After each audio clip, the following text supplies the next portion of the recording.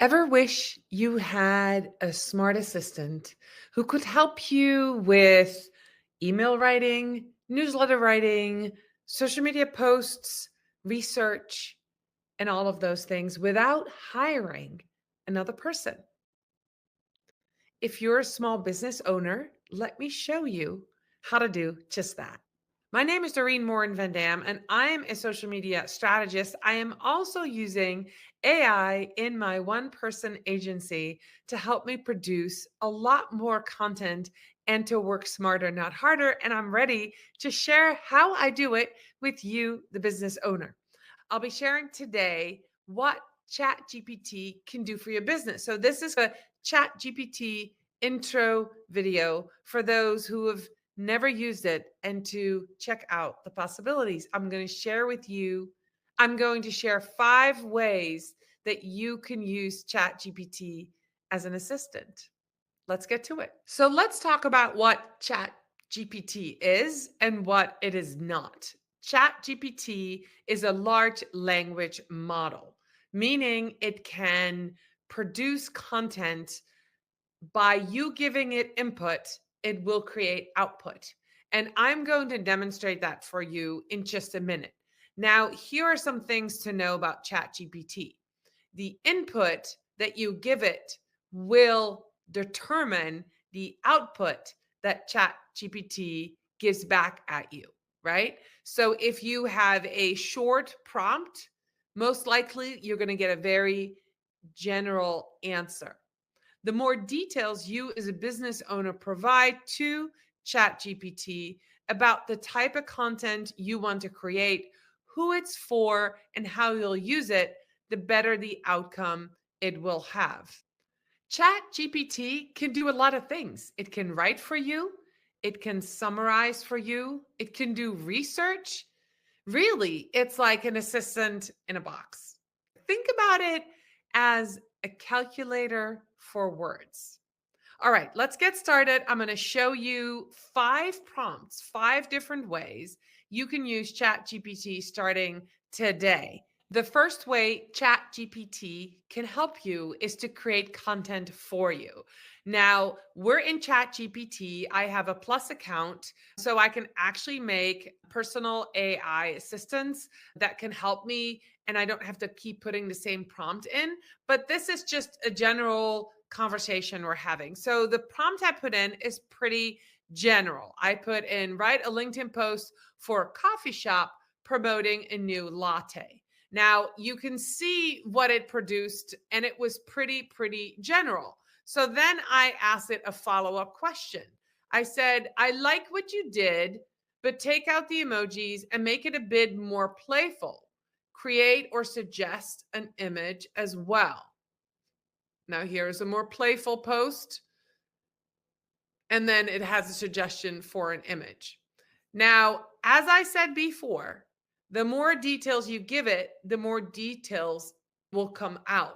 So if you had said in the beginning, instead of write a LinkedIn post for a coffee shop promoting a new latte, if your prompt would be write a LinkedIn post for an audience of coffee lovers that live in the San Francisco Bay that visit this locally owned and locally operated boutique coffee shop that is really busy from 6 a.m. to 2 p.m. And people come here to listen to funky music or live music.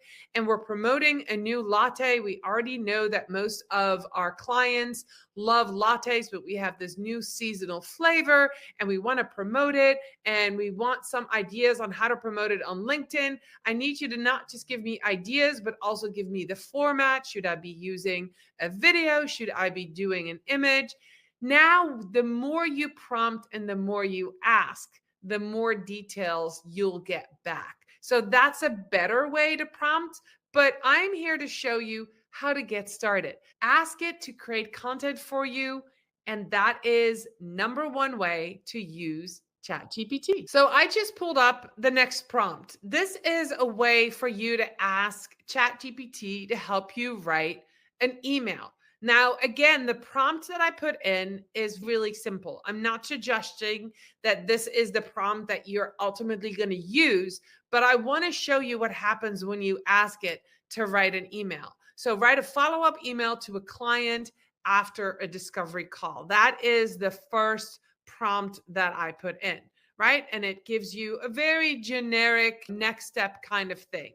And it, of course, because we didn't give it details, ChatGPT can't fill them in, can't make them up. So there's all these open-ended sentences in here where you put in your business name and the name of the person that you just met with. Now, I put a secondary prompt in there and said, this is a great start, but can you add space for more personal connections? Maybe something that was mentioned in the meeting, right? So now I'm asking it to update the template that it created for that follow up email to add space for that personal connection. And that's exactly what it did. I especially enjoyed hearing about personal connection, your upcoming event in Denver, or how you started your business. And then it gives the rest of the information. So if you had a virtual meeting and you had an AI assistant take notes, recorded it, and you put this prompt in with the actual transcript of the meeting, this prompt would end up being really great for the output, because then ChatGPT can actually answer the exact way because it knows exactly what you discussed in the meeting. But this was for me to show you how you can use ChatGPT as a business owner, can actually help you write follow-up emails to people after you meet. So that's the second way. The third way that you as a business owner can use ChatGPT is when you are stuck for ideas. When you don't know what to post, when you don't know what you want to talk about, when you're ready to create content, but you don't know what to create content about, you can go to ChatGPT and say, give me 10 Instagram reel ideas for a fitness coach. Now, I've said this over and over in this video. That is a very general prompt. However, it actually produced some really good ideas. So let's go and scan down. It says one move, big results series, right? Client transformation time lapse, which would be great. What I eat in a day as a trainer edition. Stop doing this, do that instead. 10-minute home workouts, fitness mythbusters, a day in the life of a fitness coach, motivation Monday pep talk. If you're new to the gym, start here. I like that one. Quick recovery routine. So I put, again, a follow-up in there and I said, hey, great ideas. Can you elaborate on this one? Stop doing this. Do this instead. A side-by-side video of a common exercise mistake. And then it went much deeper on the concept breakdown, on what kind of video, how to film it. So now you have an actual way to create this piece of content. I'm showing you the follow-up prompts because that's what it's all about in ChatGPT. We never want you to ask one question and copy the results. We want you to go deeper and push back and have that feedback loop. Say, I like this, I don't like that. Take the emojis out, dig a little deeper, give me 5 more ideas. I like this idea. Take this idea and do 5 more ideas like that one. So when you do that, it's almost like you have a sparring partner. Now, if you're a solopreneur like I am, it's hard to find time to meet with other business owners.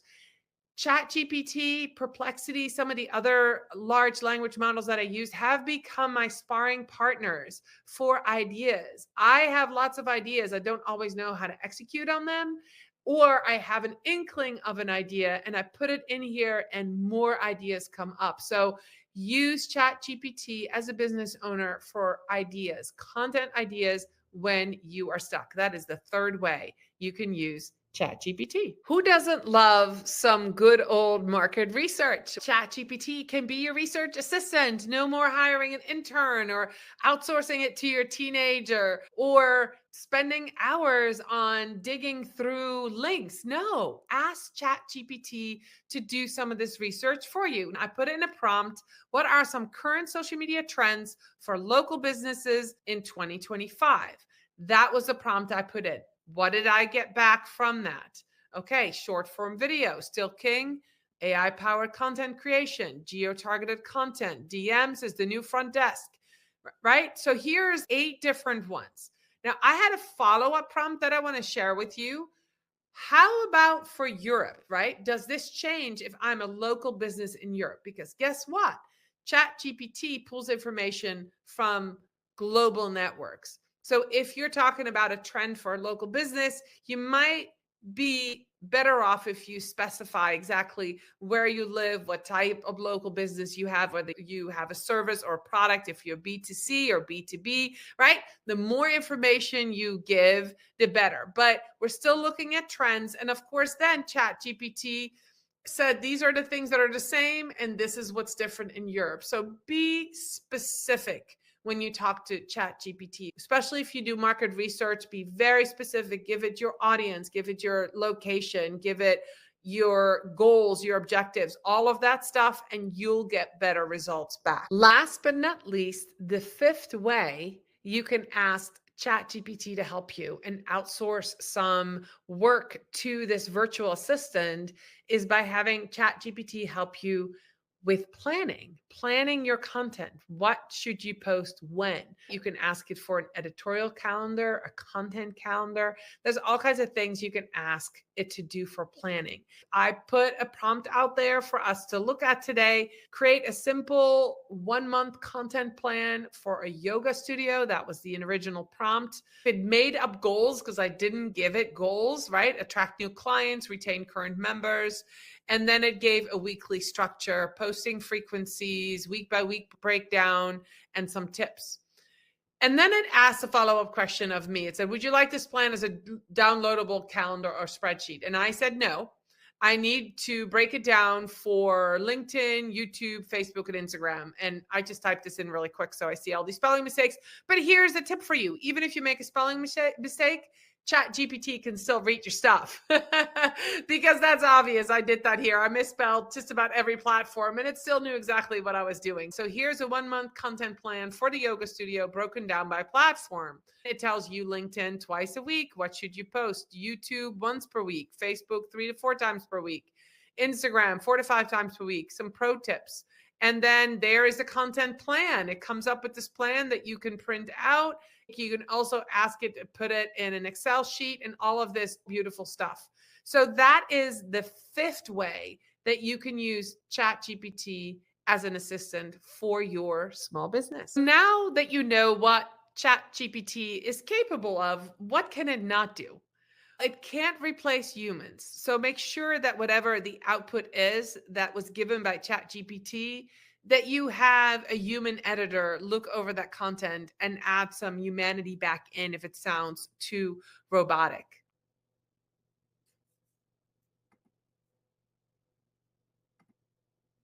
ChatGPT is also not magic, right? Think of it more as an assistant, obviously, than a replacement for a helper. You also need to make sure that you fact check what it gives you. There's been several examples of law firms and other types of businesses that have relied on ChatGPT or another large language model to give it facts and then they didn't fact check. And that can get you and land you in a lot of trouble. If, for example, you ask 5 ways to save money with a 401k, and it gives you 5 ideas, make sure you check with a financial advisor that these are actually good ideas, right? Make sure that you do that fact checking. It's a great way to get ideas. It's a great way to do research, but you as a human ultimately are responsible for what you put out. If you copy and paste something from ChatGPT and you serve it to another human as the truth, it's on you if it's wrong, not on the AI model, because they're not perfect. Now, if you're still curious about ChatGPT and all the other things it can do, absolutely subscribe to this channel, hit the bell. I'll be creating more videos about AI, about ChatGPT for small business owners like you. I am maybe 10 steps ahead of you, but not that far. I'm totally being honest here. I'm so excited to have discovered AI a couple of years ago and to really dive into it. And I have discovered by talking to my colleagues and my friends that not everybody is using ChatGPT or another large language model to its full potential. So I want to share what I learned with you so you can learn alongside me and work smarter, not harder. Yes, subscribe. I'm super, super excited to share this. If you have questions, if you want me to make a specific video, please put them in the comments. I'd love to know what you want to know about ChatGPT. I will also link to a video I did about tasks that you can set up in ChatGPT and about the prompting system that I use to create an AI chatbot. I'll link to them in the description of this video. Again, my name is Doreen Morin-van Dam, and I am a social media strategist talking about AI for small business owners like you so you can market and grow your business smarter, not harder.